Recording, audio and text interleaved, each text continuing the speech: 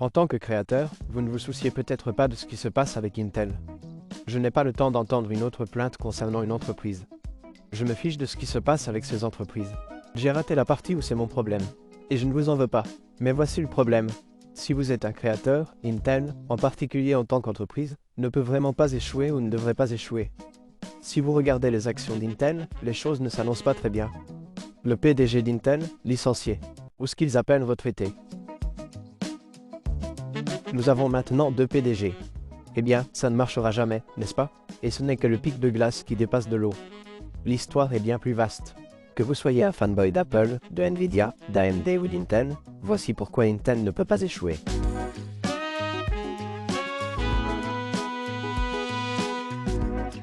L'achat d'une licence Windows est simple et peu coûteux avec Cookies.com. Et si vous utilisez le code TNVA, vous bénéficiez d'une remise supplémentaire. Terminez l'achat, copiez la clé et collez-la dans les paramètres d'activation. Et vous avez terminé. Consultez également leur licence Microsoft Office 19 et utilisez le même code TN20 pour bénéficier d'une remise supplémentaire. Consultez Cookies.com dans la description de la vidéo ci-dessous. La première chose que je veux que vous compreniez, c'est que je ne suis pas partial envers Intel. Ce qui m'ennuie, c'est que la façon dont certaines entreprises travaillent en coulisses fait que certaines d'entre elles sont tellement plus faciles à travailler. Et cela donne l'impression que je préfère une entreprise à l'autre. Par exemple, vous avez peut-être vu des échantillons d'AMD sur la chaîne. Ils ne me donnent pas d'échantillons. Mais en même temps, AMD est très heureux de payer de gros sponsors sur la chaîne. Si vous voulez les photos, je prends le poste de staff. Doublez l'argent. Intel n'a jamais sponsorisé de vidéos sur la chaîne. Ils ont fait une combinaison d'ordinateurs portables il y a longtemps. Je n'ai jamais reçu d'argent d'Intel. Mais ils sont très utiles en fournissant tous les échantillons pour dire, vous savez, essayez-les. Dites-nous ce que vous en pensez. C'est la voie à suivre de nos jours. Si vous pensez que je préfère Intel, c'est en fait la faute d'AMD. Parce que si vous regardez un peu mon historique sur la chaîne, j'avais l'habitude de vous dire qu'AMD était meilleur. Mais je viens de recevoir une boîte très spéciale d'Intel que nous allons ouvrir maintenant. Vous devez comprendre ce qui se passe avec les entreprises en ce moment. Tout le monde est dans la course au CPU et au GPU. Si votre entreprise produit uniquement des processeurs, vous allez vouloir passer au GPU. Et si votre entreprise ne produisait que des GPU, vous souhaitez désormais également passer au CPU. Vous avez besoin de ces deux bras.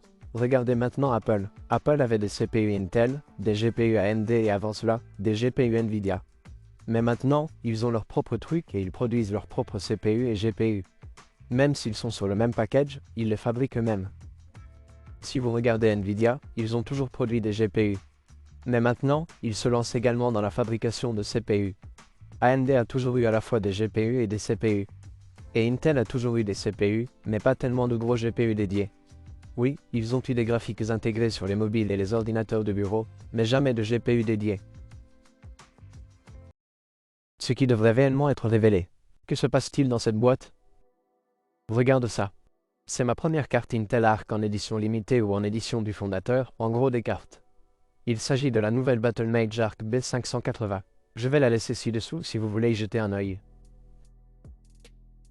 Mais je vais le tester dans une minute et le comparer à AMD et Nvidia. Merci d'avoir choisi les cartes graphiques Intel Arc série B pour le prochain chapitre de votre matériel. On dirait qu'on peut découper quelque chose à partir d'ici. Oh, créez votre propre GPU Intel Arc. Hilarant. Littéralement, vous pouvez créer votre propre GPU Intel Arc. Et nous avons aussi des autocollants. Et puis, oh, regardez ça. C'est un joli chiffon en microfibre. Et regardez ce GPU. Il est noir mat, ce qui est très intéressant. Ce qui veut dire que ce sera un véritable aimant à empreinte digitale. Je vais essayer de le sortir sans laisser d'empreinte digitale dessus. Cela va devenir un véritable aimant à empreinte digitale. Donc, nous avons Intel Arc à l'arrière ici. Il y a un peu de souffle. Tout est noir, noir mat, ce qui est vraiment cool. Vous avez un connecteur PCIe à 8 broches. On dirait que cet Intel Arc s'allume. Je suppose que c'est bleu. Nous avons 2 fans. Ils ont l'air d'être des fans de très bonne qualité. Et puis, si nous regardons ceci à l'arrière ici, nous avons 3 ports d'affichage. Et puis, un port HDMI comme sortie vidéo. Vous vous demandez peut-être pourquoi Intel lance ses GPU dans le segment bas de gamme du marché? S'ils voulaient vraiment concurrencer Nvidia et AMD, pourquoi ne concurrencent-ils pas, vous savez, les 4080 ou les GPU haut de gamme? Intel, parce que si vous êtes un nouveau venu dans la course, vous voulez obtenir autant de parts de marché que possible. Et si vous regardez les statistiques réelles, la plupart des gens n'utilisent pas de 4090, 4080, 4070, mais peut-être des 4060 et des GPU bas de gamme. Vous voulez donc introduire autant de vos produits sur le marché que possible, car vous aurez alors des développeurs qui essaieront de développer et de créer des pilotes optimisés pour votre GPU, car vous avez de plus en plus de GPU sur le marché actuel. Donc, en entrant dans le bas de gamme, ce que fait Intel ici. Et essayer d'être le meilleur concurrent en termes de rapport prix-performance dans le segment bas de gamme, c'est une décision intelligente pour gagner de plus en plus de parts de marché sur les GPU. Mais pourquoi Intel est-il différent de Nvidia, AMD ou Apple? Intel est différent car ils fabriquent historiquement leurs propres puces. Maintenant, cela a un peu changé récemment, mais Intel a ses propres usines lorsqu'ils fabriquent leurs propres puces à partir de sable. Ils en ont en Israël, et ils essaient d'en fabriquer aux États-Unis, et je crois quelque part en Europe. Mais c'est différent parce que Nvidia ne fabrique pas ses propres puces. Ils les achètent à TSMC. AMD ne fabrique pas ses propres puces. Ils les achètent à TSMC. Apple ne fabrique pas ses propres puces.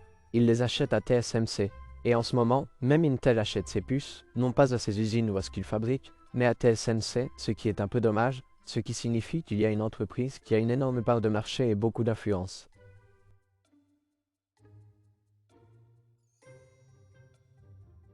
Et vous et moi en payons le prix. La raison pour laquelle nous avons besoin qu'Intel réussisse, c'est qu'ils doivent rattraper leur retard sur leur nœud de processus, leurs puces réelles, afin que lorsqu'ils produisent les puces, ils n'aient pas à utiliser les puces des concurrents. Ils utilisent en fait les leurs. En ce moment, si vous regardez la page Intel Arc, vous pouvez voir que la série Core Ultra 200S, par exemple, ils ont en quelque sorte déplacé cette ligne plus bas. Mais les puces viennent de TSMC, puis d'Intel. Et c'est pareil avec cet Intel Arc. Intel a pris du retard car ils ont essayé de construire leurs propres usines. Mais cela a pris des années et c'est un processus énorme car lorsque vous construisez une usine, vous devez en quelque sorte fabriquer vos propres robots qui fabriquent le produit que vous voulez vraiment, ce qui est très insensé. Et si je ne me trompe pas, même TSMC obtient une partie de l'équipement d'Intel pour produire ses propres puces chez TSMC. Mais les puces d'Intel ne sont pas assez bonnes pour le moment.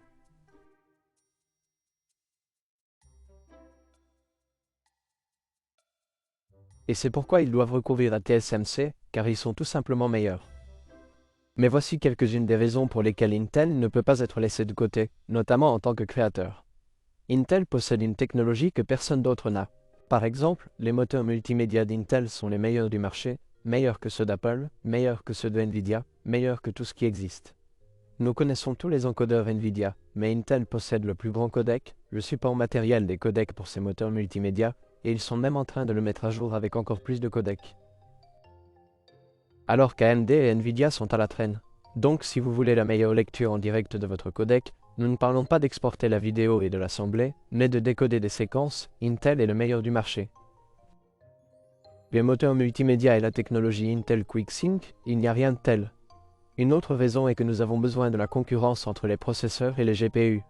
Si vous ne l'avez pas encore compris, nous avons besoin de plus de concurrence sur le marché des GPU et des CPU, car si le marché est très unilatéral ou si une entreprise commence à dominer, les prix augmentent. Nous connaissons tous les problèmes de GPU que nous avons rencontrés avec Nvidia. Les prix augmentent et c'est nous qui allons payer le prix fort. J'aimerais en avoir plus pour mon argent. Je ne sais pas si vous êtes sur la même longueur d'onde. Dans les aventures du GPU et du CPU. Ensuite, à l'heure actuelle, la plupart des chips sont fabriqués en Asie. Et pour les États-Unis et pour le monde occidental, ce n'est pas vraiment la meilleure idée politiquement.